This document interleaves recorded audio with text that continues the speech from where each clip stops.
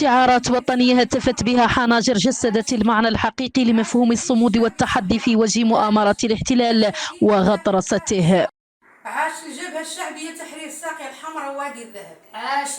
عاش الجيش الشعبي الصحراوي. عاش يا شهيد ارتاح ارتاح. سنواصل الكفاح. اغتيال سعيد دنبر جريمة لا تغتفر. يا أسير يا رفيق. سنواصل الطريق. كل الوطن أو الشهادة. كل الوطن أو الشهادة.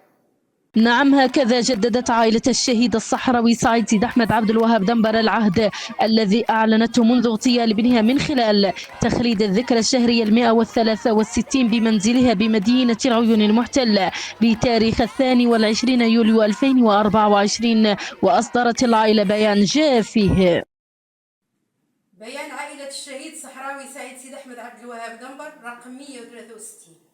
بحلول هذا اليوم تكون قد مرت 163 شهرا على جريمة اغتيال بنينا البار الشهيد الصحراوي سعيد سيد أحمد عبد الوهاب دنبر بواسطة الرصاص الحي للشرطة المغربية ضمن سلسلة جرائم القتل خارج نطاق القانون التي تعرفها الصحراء الغربية في أجواء الهجمة الشرسة التي قادتها الأجهزة الأمنية والعسكرية المغربية ضد النازحين الصحراويين العزل بمخيم ديميزيك 12 كيلومتر شرق مدينة العيون بالصحراء الغربية في 8 نوفمبر 2010.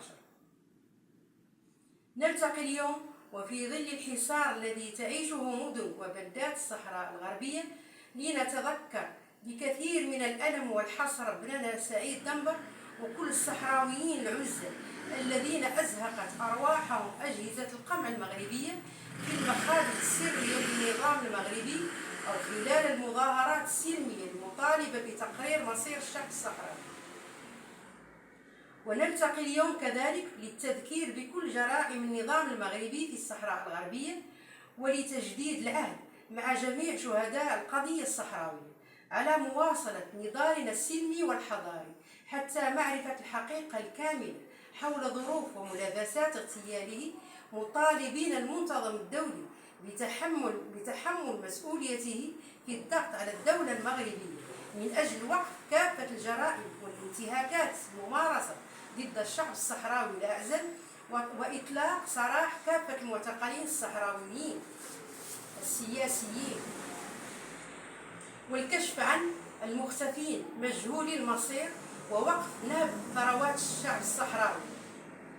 إننا كعائلة وكمتعاطفين لا نجدد امتناننا لكل المنظمات الصحراوية والدولية والمؤسسات والبرلمانات والضمائر الحية عبر العالم التي تؤازرنا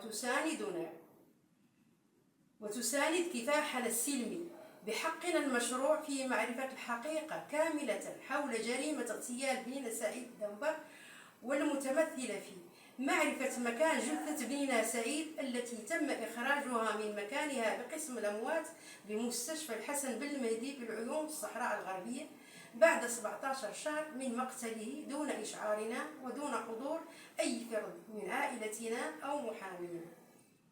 إجراء تشريح طبي شرعي وفق المواصفات المعمول بها دوليا في هذا المجال لمعرفة ظروف وملابسات اغتياله واحتمالات تعرضه للتعذيب قبل وفاته.